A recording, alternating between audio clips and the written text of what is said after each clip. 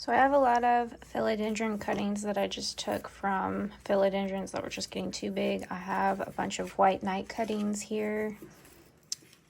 I think I have 4 white knight cuttings, and then I have some red Anderson philodendron cuttings as well. And in order to save space, I'm actually going to be propping them in this little Sterilite container.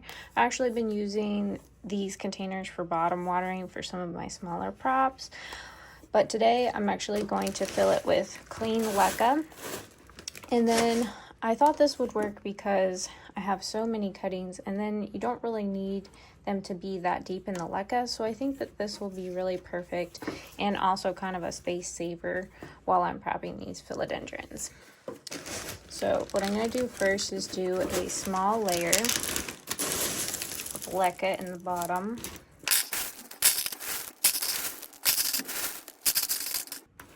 And now I'm going to try to situate a few in here and then fill the LECA in around it.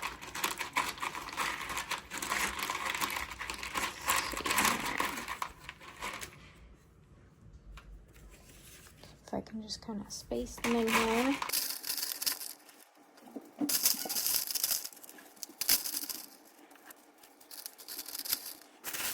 And now I'm going to try to fill the rest of it up with LECA here to kind of hold them in place.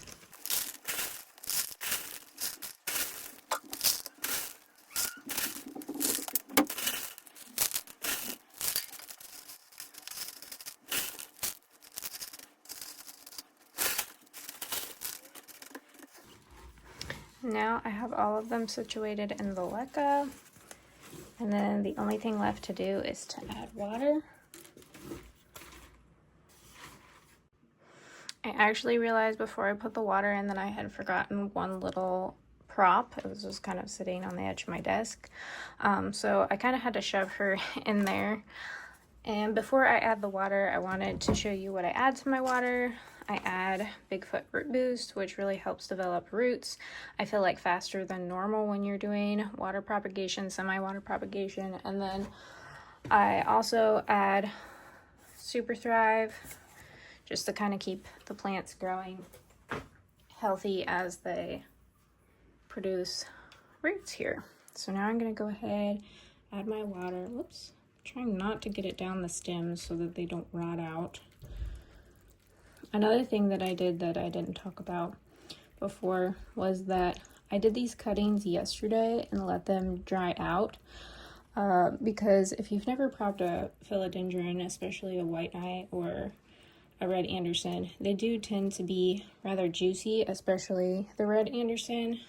And I let that cut dry out to avoid rot. Some people like to use wax on the end of it. I've tried that, and eventually the wax comes off, and I just feel like it's better to let it callus over on its own.